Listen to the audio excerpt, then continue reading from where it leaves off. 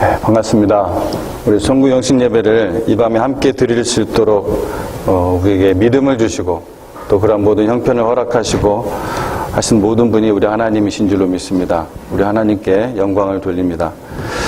여러분, 송구 영신 예배는 한국 민족의 그 독특한 그런 종교적 열심이 기독교 안에 좋은 그런 모습으로 자리 잡은 예배입니다. 제가 좋은 모습으로 자리 잡은 예배라고 한 이유는 이것이 자칫 잘못하면은 샤머님적이고 또 기복적인 것으로 흐를 수도 있고 또 그렇게 오해할 수도 있기 때문입니다. 제가 어렸을 때 다녔던 교회, 그러니까 제가 어렸을 때부터 처음 신앙생활을 했던 그 교회, 제가 신학대학원 들어가기 전까지 꽤 오랜 세월 동안 저희 신앙의 뼈대를 이루어줬던 그러한 귀한 교회인데, 참으로 하나님의 말씀을 참으로 깊이 있게 또 굉장히 반복적으로 훈련을 시켜주셨던 그러한 아주 귀한 교회입니다. 그런데 여기 이제 한 가지 제가 신학대학을 갈 때 제가 교회를 옮겼던 이유 중에 하나가 그 이유 하나인데, 여기에 이제 새벽 기도가 없었던 교회입니다. 새벽 기도가. 그러니까 형편이 없어서 그런 것이 아니라, 뭐 건물이 없어서도 아니고 다 자체 건물이 있었고, 아주 뭐 넉넉한 공간들이 많이 있었습니다. 근데 제가 새벽 기도를 안 했던 이유는 담임 목사님께서 철저히 기복주의적인 그러한 전통들을 배격하는 그런 분이셔서 이 새벽 기도도 그런 것 중에 하나라고 여기시고서 새벽 기도를 교회에서 공식적으로 안 했습니다. 다만 이제 본인이 나와서 기도한다든지 본인이 개인적으로 하는 것은 말리지 않으셨어요. 근데 교회에서 공식적으로 그렇게 하는 것은 샤머님적이고 기복적인 신앙을 자극할 수 있다, 이끌 수 있다, 이런 생각으로 말씀하시면서 안 하셨어요. 그래서 오랫동안 저는 그것이 진리인 양 생각하고 그런 교회에서 신앙생활을 오랫동안 했었습니다.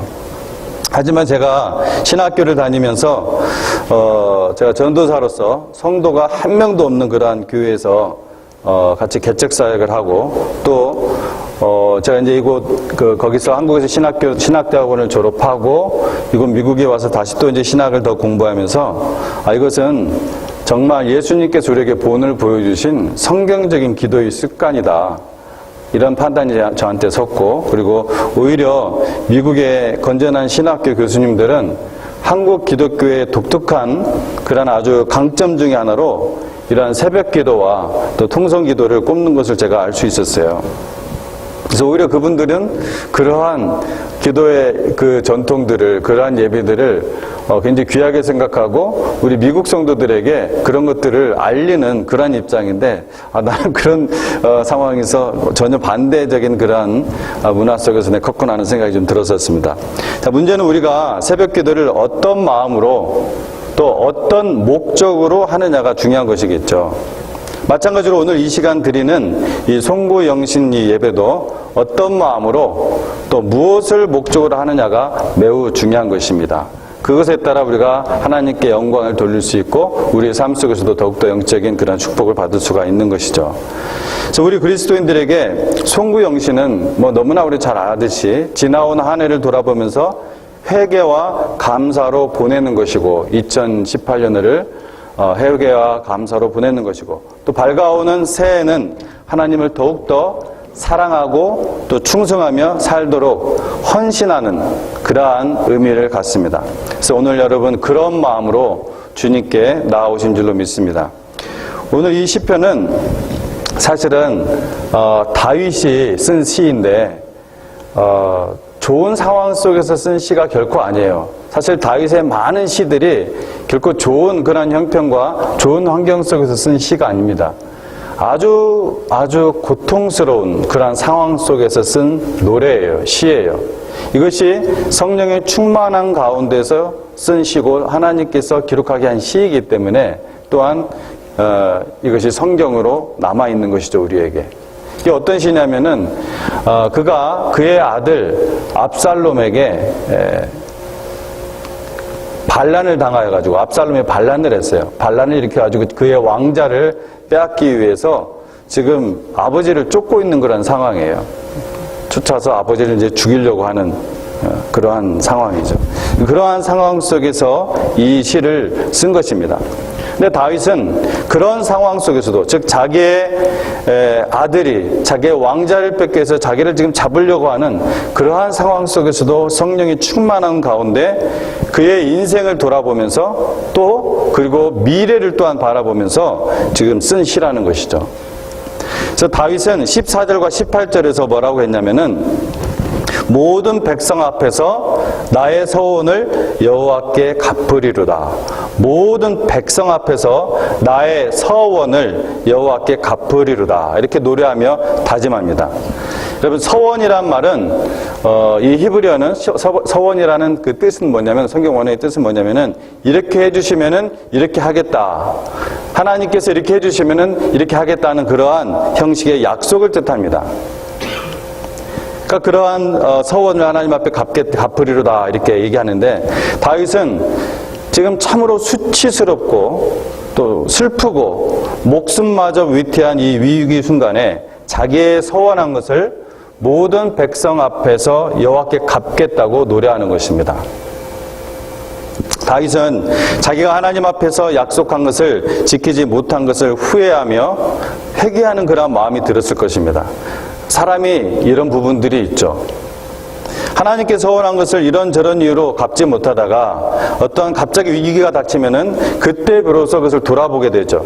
그래서 자기가 서원한 것이 떠오르며 그것을 후회하며 회개하는 것입니다. 그런 의미와 함께 또 다른 의미가 내포되고 있는 것은 뭐냐면은, 약간 다른 앵글로 본다면 다윗이 이 위기의 순간에도 하나님을 끝까지 의지하는 모습입니다. 그 급박한 순간에도 하나님께 서원한 것을 성실하게 이행하는 것입니다. 우리는 이러한 다윗의 모습에서 지난날 고통스러운 그러한 상황을 망각하지 않고, 또 동시에 지금의 이 위기를 불평하지 않고 오히려 이날까지 지켜주신 하나님께 감사를 드리는 그러한 신실한 신앙의 자태를 우리가 배울 수가 있는 것입니다.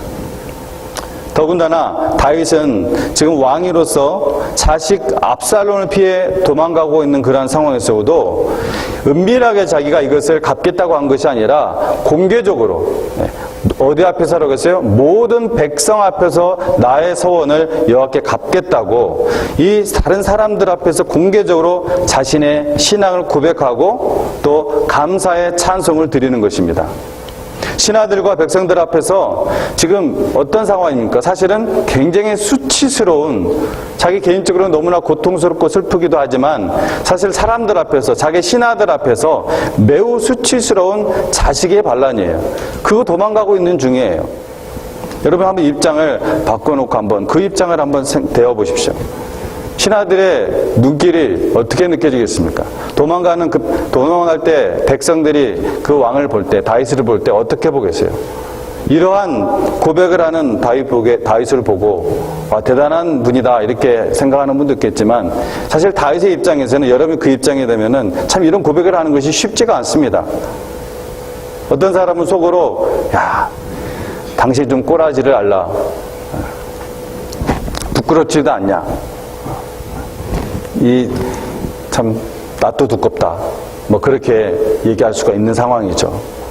그런 상황 속에서 지금 그렇게 얘기를 하고 있으니까, 그런 상황 속에서도 그 모든 사람들 앞에서 오히려 하나님께 자신의 신앙을 고백하고 감사로 서원을 갚는 모습입니다. 여러분도 이러한 상황이 될 때 과연 이렇게 할 수 있겠습니까? 저는 여러분이 이러한 상황 속에서도 여러분이 정말 수치스럽고 슬프고 내가 하나님의 자녀로서 이렇게 고백하는 것이 사람들 앞에서 내 지금 꼬라지가, 내 형편이 그러지 못한데 도저히 내가 입술이 안 떨어질 때에도 하나님 앞에서 그렇게 고백할 수 있고 서원을 갚을 수 있는 그러한 믿음이 되시기를 간절히 바랍니다. 16절 말씀에 이런 말씀이 있죠. 어느 정도 큰 각오냐면요, 16절 말씀에 그의 경건한 자들의 죽음은 여호와께서 보시기에 귀중한 것이로더라. 그의 경건한 자들의 죽음은 여호와께서 보시기에 뭐라고요? 귀중한 것이로다. 즉 그는 죽음도 가고 있는 것이죠. 죽음도. 지금 다윗은 죽음도 각오하고 있는 거예요. 자기가 자식에게 죽을 수도 있다는 그러한 상황을 지금 접하고 있는 거예요. 죽음도 각오하고 있고 또 자신의 죽음은 그러면서 동시에 전적으로 여호와 하나님의 손에 달려있다는 것을 고백하는 것이고 또한 죽어도 하나님께서 귀하게 보시기에 감사하다는 마음이 담겨 있는 것입니다. 즉 다윗은 과거를 돌아보며 회개와 동시에 감사를 드리고 있는 것입니다. 여러분 새끼를 다 꼬고 나면은 꼭 해야 될 일, 굉장히 중요한 일이 있다고 제가 말씀드렸는데 1년 전에 예? 마무리, 예, 맞습니다. 매듭 짓는 거, 그죠? 우리 뉴스들은 무슨 말인지 혹시 알겠어요? 새끼를 꼰다. 트위스트 컵? 뭐, 동물 새끼를 꺾어버린다, 이런 데. 그래서 새끼라는 것은 rope. It means to twist a piece of straw into a rope. 로프를 만든다, 그런 거죠. 그 새끼를 다 꼬고 나면은 꼭 해야 할 일은 반드시 매듭을 짓는 일입니다. 그렇죠? 매듭을 짓는 일이에요. 우리가 2018년 동안 계속해서 새끼를 꼬았다고 볼 수가 있죠. 근데 매듭을 짓지 않으면은 밤새 꼰 새끼가 다 풀어지게 됩니다. 저는 어렸을 때 삼촌들이 발에다 이렇게 한쪽은 발에다 이렇게 딱 붙잡고 발을 붙잡고 한쪽은 손에다 이렇게 꼬는 거 어렸을 때가 저도 흉내내가 재밌어 보이니까 삼촌들은 고통스럽게 밤새 깔까고 하고 있는데 나는 재밌어 보여야지 하는데 예. 저는 이렇게 어떻게 하다가 하여튼 뭐 잘 안 되더라고요. 그러다가 이제 거기 있는 삼촌들이 이렇게 묶어놓은 것들을 제가 이렇게 풀어놓고 그러다가 아침에 돼지가 얻어맞고 막 그런 적도 있었어요. 그런 좀 추억이 좀 있습니다. 제가 완전 하여튼 꽝시골에 살아가지고 그런 일도 했었어요. 자, 그래서 우리가 지나온 시간도 우리가 매듭을 잘 짓고 마무리를 잘 져야 되는데 어떻게 해야 된다고요? 지금 다윗처럼 과거를 돌아보면서 우리가 2018년 한 해를 회개와 감사로 매듭 지으시기 바랍니다. 우리가 이 시간 끝나고 나서 예배를 말씀을 다 듣고 나서 우리가 기도의 시간이 있을 텐데 이따 여러분이 꼭 그 시간을 가지시기 바랍니다. 제가 그렇게 인도하도록 하겠습니다. 또 그리고 이 밝아오는 새해를 하나님을 더욱 사랑하고 충성하는 한 해가 되도록 여러분 헌신하십시오. 우리 마태복음 6장 33절 말씀에 마태복음 6장 33절 말씀에 뭐라고 말씀을 하셨죠? 그런즉 너희는 먼저 그의 나라와 그의 일을 구하라. 그리하면 이 모든 것을 너희에게 더하시리라. 다시 한번요. 그런즉 너희는 먼저 그의 나라와 그의 의를 구하라. 그리하면 이 모든 것을 너희에게 더하시리라. 그리고 하나님께서 이 코딱지만한 나라인 미국이 아닌 영원한 그리고 찬란한 위대한 하나님의 왕국을 위해 우리를 이끌어 가시고 마음껏 쓰시도록 내어드릴 때 여러분 자신을 그렇게 내어드릴 때 하나님은 우리의 모든 것을 책임지신다는 약속의 말씀입니다. 여러분 성경을 읽으시면서 약속의 말씀에 꼭 동그라미를 치시면서 여러분 그 약속의 말씀들을 붙잡으셔야 됩니다. 여러분의 신앙이 성장하고 더 성숙하고 또 더 은밀한 하나님과 깊은 관계에 들어가고 하나님의 그 놀라운 것들을 여러분 경험하기 원하신다면은 약속의 말씀을 우리 하나님의 자녀들에게 주신 약속의 말씀들을 붙잡으십시오. 그리고 그 말씀대로 사시는데 오늘 이 말씀은 마태복음 6장 33절 이 말씀은 우리에게 황금률과 같은 말씀 아닙니까? 하나님께서 우리 모든 것을 책임지신다는 거예요. 우리 가정, 우리 가족, 또 우리 자식의 미래를 날마다 하나님께 맡기시기 바랍니다. 하나님께 전적으로 책임지시도록 완전히 맡기시기 바랍니다. 어정쩡하게 맡기시지 마시고 여러분이 아무 일도 하지 말라는 것이 아니라 여러분이 지혜를 구하며 여러분이 또 하나님의 말씀을 가르치며 기도하며 해야 되는 일이 있겠죠. 제 말은 여러분이 하나님이 이 아이를 전적으로 이끌어 가시도록 여러분의 수단을 부리지 말라는 것입니다. 자, 마지막 절은 다윗의 미래에 대한 믿음을 우리가 볼 수가 있습니다. 다윗의 미래. 한번 같이 읽어보도록 하겠습니다. 예루살렘아, 내 한가운데에서 곧 여호와의 성전들에서 지키리로다. 할렐루야. 이것은 다윗이 미래에 대한 믿음을 볼 수가 있습니다. 지금 다윗은 다시 한번 여러분 기억시켜드리면 지금 수치와 슬픔과 굉장히 큰 위기 가운데서 쫓기는 상황이에요.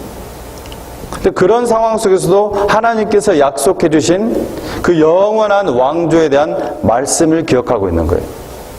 무슨 말씀입니까? 하나님께서는 다윗에게 영원한 왕조를 약속하셨어요. 영원한 왕조를. 궁극적으로는 바로 왕 대신 메시아가 바로 다윗을 통해서, 다윗의 그 후손을 통해서 오신다는 그 약속의 말씀이지만 다윗이 결국 그렇게 이렇게 자기 자식에게 죽을 그런 상황이 아니죠.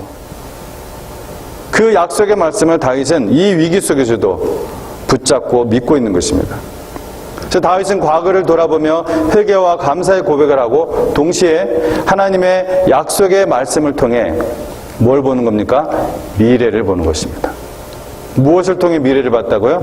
하나님의 약속의 말씀을 통해 미래를 보는 것입니다. 그 미래를 보면서 지금 어떻게 하는 겁니까? 헌신을 다짐하는 거예요. 뭐라고요? 내 한가운데서, 예루살렘아, 내 한가운데서 곧 그 성전의 뜰에서 내가 여호와께 지키리로다. 무엇을요? 하나님 앞에 서원한 것을, 그 감사와 헌신을 하나님 앞에 지키리로다. 할렐루야. 이렇게 노래하고 있는 것이에요. 그러니까 지금 다윗은 엄청난 지금 위기에 지금 복면했지만 결국 이 시기도 지나갈 것이고 자신이 결국에는 예루살렘 성에 다시 입성해서 그 예루살렘 성전에서 하나님께 찬양과 감사의 서원을 갚을 것이라고 지금 그 믿음을 고백하는 것이고 동시에 헌신하는 것입니다. 우리도 어떠한 사망의 골짜기에서도 이러한 담대한 믿음의 고백이 필요한 줄로 믿습니다. 여러분, 믿음의 고백, 그것은 헌신입니다. 다시 한번요. 믿음의 고백은 뭐라고요? 헌신입니다. 저와 여러분이 2019년 한 해를 이런 믿음으로 하나님을 사랑하며 충성하는 한 해가 되기를 축복합니다. 자, 그런 믿음으로 우리가 찬송가 370장 함께 찬양 드리도록 하겠습니다. 370장. 우리가 오늘 주신 하나님 말씀 또 기억하며 이 찬양 함께 찬양 드리도록 하겠습니다.